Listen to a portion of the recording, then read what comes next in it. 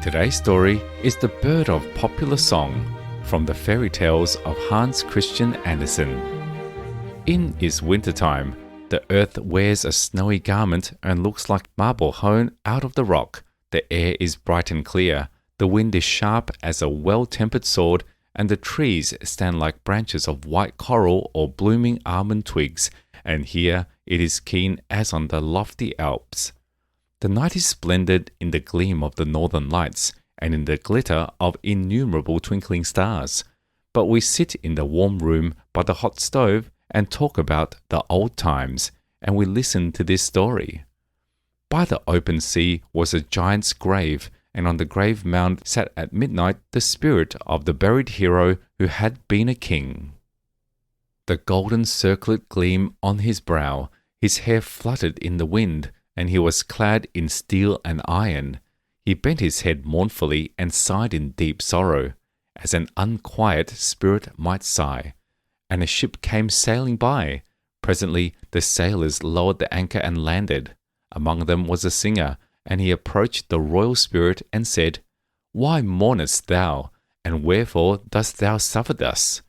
And the dead man answered, "No one has sung the deeds of my life. They are dead and forgotten. Song doth not carry them forth over the lands, nor into the hearts of men. Therefore I have no rest and no peace." And he spoke of his works and of his warlike deeds, which his contemporaries had known, but which had not been sung, because there was no singer among his companions.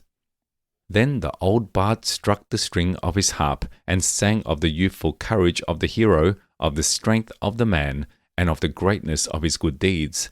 Then the face of the dead one gleamed like the margin of a cloud in the moonlight. Glad and of good courage, the form arose in splendor and in majesty, and vanished like the glancing of the northern light.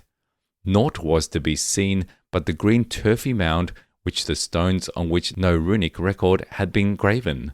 But at the last sound of the harp, there soared over the hill, as though he had fluttered from the harp, a little bird, a charming singing bird, with ringing voice of the thrush, with the moving voice pathos of the human heart, with a voice that told of home, like the voice that is heard by the bird of passage. The singing bird soared away, over mountain and valley, over field and wood. He was the bird of popular song, who never dies. We hear his song, we hear it now in the room, while the white bees are swarming without, and the storm clutches the windows. The bird sings not alone the requiem of heroes, he sings also sweet gentle songs of love, so many and so warm, of northern fidelity and truth. He has stories in words and in tones. He has proverbs and snatches of proverbs, songs which, like runes laid under a dead man's tongue, force him to speak, and thus popular songs tells of the land of his birth. In the old heathen days, in the times of the Vikings, the popular speech was enshrined in the harp of the bard. In the days of knightly castles, when the strongest fists held the scales of justice, when only might was right, and a peasant and a dog were of equal importance, where did the bird of song find shelter and protection? Neither violence nor stupidity gave him a thought. But in the gabled window of the knightly castle, the lady of the castle sat with the parchment roll before her, and wrote down the old recollections in song and legend, while near her stood the old woman from the wood, and the travelling pedlar who went wandering through the country. As these told their tales, they fluttered around them with twittering and song, the bird of popular song, who never dies so long as the earth has a hill upon which his foot may rest. And now he looks in upon us and sings. Without are the night and the snowstorm. He lays the runes beneath our tongues, and we know the land of our home. Heaven speaks to us in our native tongue, in the voice of the bird of popular song. The old resemblances awake. The faded colours glow with a fresh lustre, and story and song pour us a blessed draught which lifts up our minds and our thoughts, so that the evening becomes as a Christmas festival.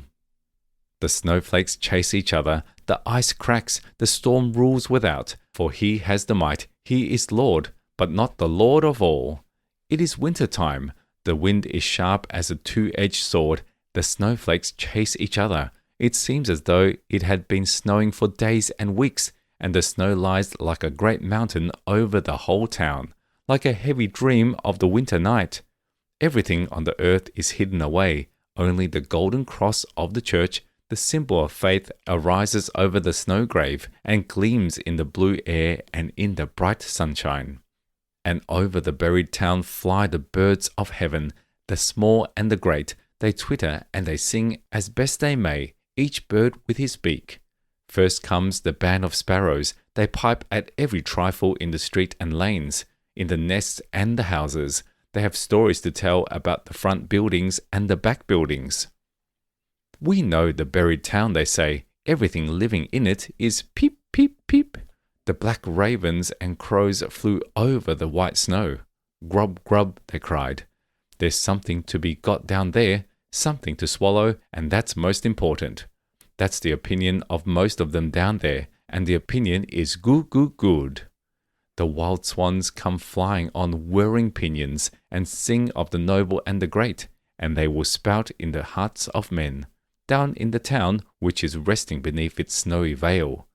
No death is there, life reigns yonder.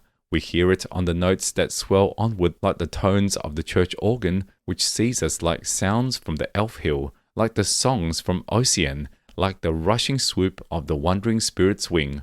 What harmony! That harmony speaks to our hearts and lifts up our souls. It is the bird of popular song whom we hear. And at this moment, the warm breath of heaven blows down from the sky. There are gaps in the snowy mountains. The sun shines into the clefts. Spring is coming. The birds are returning, and new races are coming with the same home sounds in their hearts. Hear the story of the year, the night of the snowstorm, the heavy dream of the winter night.